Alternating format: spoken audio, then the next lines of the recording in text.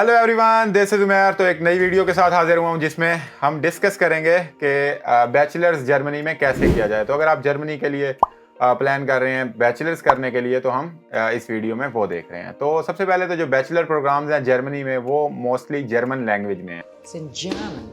इसका मतलब आपको पहले जर्मन लैंग्वेज सीखनी पड़ेगी और फिर ये programme. Although there are some programmes जो कि इंग्लिश में हैं, लेकिन ऐसे प्रोग्राम्स बहुत कम हैं और कुछ प्रोग्राम्स ऐसे भी हैं जो पेड हैं इंग्लिश वाले, लेकिन बाकी पब्लिक यूनिवर्सिटीज़ में ज़्यादातर जर्मन प्रोग्राम्स हैं और वो फ्री ऑफ कॉस्ट हैं। तो ये जो वीडियो है ये भी मैं उन कोर्सेज़ को कवर करूँगा जो कि ज़्यादातर हैं, यानी कि जर्मन लैंग्वेज वाले courses, bachelors in German language.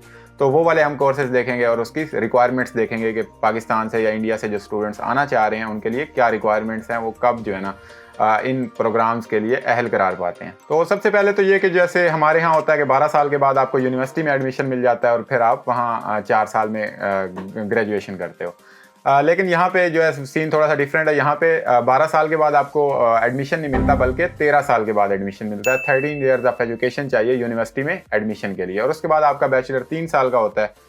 तो ऑलमोस्ट सेम हो गया, लेकिन ये जो एक 13 ईयर्स ऑफ एजुकेशन चाहिए, इसमें जो 13वां साल है वो होगा आपका फाउंडेशन ईयर, जिसे जर्मन में हम कहते हैं स्टूडेंट इन कोलीग। तो ये जो 13वां साल होता है जो कि foundation year student in colleague होता है, ये आप जर्मनी में भी कर सकते हो और इसको अवॉइड भी कर सकते हो। तो हम इसको देखते हैं कि किस तरह इसके साथ डील किया जाए।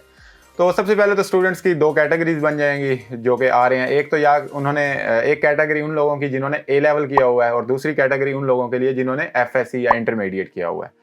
तो सबसे पहले बात कर लेते हैं ए लेवल वालों की। तो ए लेवल वालों के लिए जो है वो 13 ईयर्स ऑफ एजुकेशन नहीं चाहिए, उनका जो ए लेवल है वही चलेगा, लेकिन उसमें कुछ कंडीशंस हैं, जिस तरह के उन्होंने कम से कम एक लैंग्वेज का एग्जाम दिया हो, वो चाहे उर्दू का हो, इंग्लिश का हो, पश्तो, पंजाबी, जो मर्जी हो, एक लैंग्वेज का प्रोग्राम दिया। और दूसरा ये कि जो इंटेंडेड कोर्स जिसके लिए वो कर रहे हैं पीछे उन्होंने उससे रिलेटेड कोई सब्जेक्ट पढ़ा हो, तो वो फिर डायरेक्टली अप्लाई कर सकते हैं बैचलर्स के लिए। लेकिन उनको जर्मन प्रोफिशिएंसी चाहिए। जिस तरह के हम आपको पता है हम यहाँ जर्मन टॉट प्रोग्राम्स की बात कर रहे हैं, उन्हें जर्मन प्रोफिशिएंसी चाहिए जो कि होती है B2 या C1 लेवल की, जो कि उनका टेस्ट होता है, एक DCH के नाम से होता है आई थिंक, जो कि ये प्रूव करता है कि आप उस लैंग्वेज में यानी कि जर्मन में आप पढ़ने के अहल हैं, आपको टेक्निकल टर्म्स को पता है और सारा कुछ, कि आप अपनी स्टडी जो है ना जर्मन लैंग्वेज में कर सकते हो। तो ये तो हो गया ए लेवल वालों के लिए। और अब बात करते हैं दूसरी कैटेगरी की, जो कि एफएससी जिन्होंने की हुई है या इंटरमीडिएट की हुई है। तो उनके लिए ये लाजमी है कि उन्होंने 13वां साल लगाना है, यानी कि एक साल इंटरमीडिएट के बाद एक साल लगाना है, जो कि कहलाता है फाउंडेशन ईयर या स्टूडेंट इन कोलीग।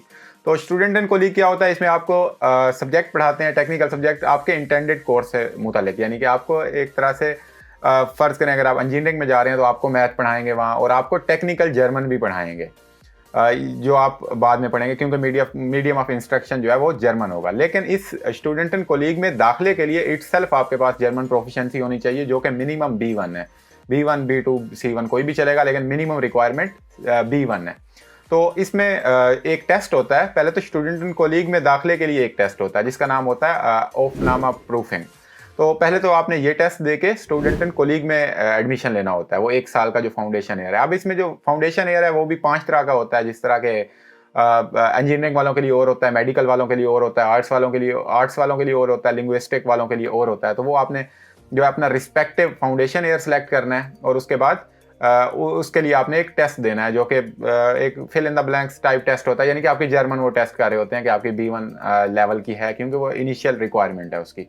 तो इस तरह का वो होता है। तो आप उसमें स्टूडेंट एंड कोलीग में जब एडमिशन ले लेते हैं तो वहाँ आप 2 सेमेस्टर्स पढ़ते हो, और उसके बाद जो है ना आपको एक फिर और टेस्ट देना होता है, जो कि होता है यूनिवर्सिटी एंट्रेंस एग्जामिनेशन। वो जो यूनिवर्सिटी एंट्रेंस एग्जामिनेशन है वो यूनिवर्सिटी में दाखिले के लिए एडमिशन है, यानी कि वो यूनिवर्सिटी में दाखिले के लिए आपको वो टेस्ट देना है। उसके बाद आप यूनिवर्सिटी में अपना बैचलर स्टार्ट कर सकते हो, जो कि 3 साल का होगा। तो एफएससी वालों के लिए होल प्रोसीजर क्या हुआ कि एफएससी उन्होंने ऑलरेडी की हुई है, उसके बाद उन्होंने लैंग्वेज करना है। लैंग्वेज करने के बाद वो स्टूडेंट इन कोलीग में दाखिला लेंगे, और उसके बाद एक टेस्ट देंगे, और फिर बैचलर अपना स्टार्ट करेंगे। इसमें अब ये होता है कि जो स्टूडेंट्स हैं वो लैंग्वेज करने जर्मनी आ जाते हैं, मतलब उनको वीज़ा मिल जाता है। एक तो यूनिवर्सिटी की तरफ से कंडीशनल लेटर उनको चाहिए होता है, जिसमें यूनिवर्सिटी कह रही होती है कि ये आएंगे, यहाँ पे लैंग्वेज पढ़ेंगे, फिर स्टूडेंट इनको लीग करेंगे, और फिर हम इसको एडमिशन दे देंगे। वो एक कंडीशनल लेटर होता है।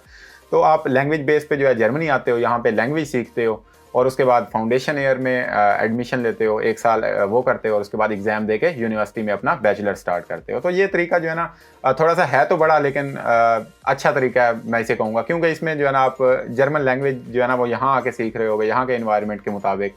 और वैसे ये आप जर्मन लैंग्वेज जो है ये पाकिस्तान से भी या अपने कंट्री से भी सीख के आप सीधा स्टूडेंट इन कॉलेज में भी एडमिशन ले सकते हो। लेकिन अगर आप यहाँ आते हो तो यहाँ पे भी आप लैंग्वेज सीख सकते हो और उसके बाद स्टूडेंट इन कॉलेज और फिर बैचलर में दाखिला। तो ये दोनों तरीके ठीक हैं, विच वन सूट्स यू। अच्छा, एक ऐसा तरीका भी है कि आपको ये फाउंडेशन ईयर या स्टूडेंट इन कॉलेज जो है ये ना करना पड़े। तो इसके लिए ये तरीका है कि सबसे पहले तो आप एफएससी आपने कर ली, इंटरमीडिएट आपने कर ली, उसके बाद आप देखेंगे कि आप जर्मनी से कौन सा बैचलर का प्रोग्राम करना चाह रहे हैं, तो आप वो प्रोग्राम देखेंगे। अब उसी प्रोग्राम से रिलेटेड या वही प्रोग्राम आप पाकिस्तान में या अपने ही मुल्क में एडमिशन ले लेंगे किसी वेल रिकॉग्नाइज्ड यूनिवर्सिटी में, और वहाँ से आप 2 सेमेस्टर कंप्लीट करेंगे। तो उसके बाद जो है ना वो 2 सेमेस्टर आपके फिर आप उसी कोर्स में जर्मनी की किसी यूनिवर्सिटी की रिक्वायरमेंट्स देखेंगे कि उनकी क्या रिक्वायरमेंट्स हैं। तो ऑलरेडी आपने 2 सेमेस्टर किए होंगे तो उसके क्रेडिट एक तरह से ट्रांसफ़र हो जाते हैं, यानी उसके बाद आपको फाउंडेशन ईयर की ज़रूरत नहीं है, स्टूडेंट एंड कॉलेज की ज़रूरत नहीं है। लेकिन जर्मन लैंग्वेज स्टिल अप्लाइज, क्योंकि आप जो पढ़ने जा रहे हो वो जर्मन लैंग्वेज में कोर्स होगा। ये जर्मन लैंग्वेज जो रिक्वायरमेंट है वो तो सारे केसेस में ए लेवल में भी है। अगर फाउंडेशन ईयर करते हो उसके लिए भी आपको B1 रिक्वायरमेंट चाहिए, और अगर ये वाला रास्ता आप इख्तियार करते हो कि 2 सेमेस्टर आप अपने ही मुल्क से पढ़ते हो और फिर वो आप उधर बैचलर में एडमिशन लेते हो, तो जर्मन लैंग्वेज सब में अप्लाई होता है, क्योंकि हम जर्मन टॉट प्रोग्राम्स के बारे में बात कर रहे हैं। तो ये थी सब कुछ बेसिक रिक्वायरमेंट्स जो कि आप जर्मनी में बैचलर करने के लिए आपको चाहिए।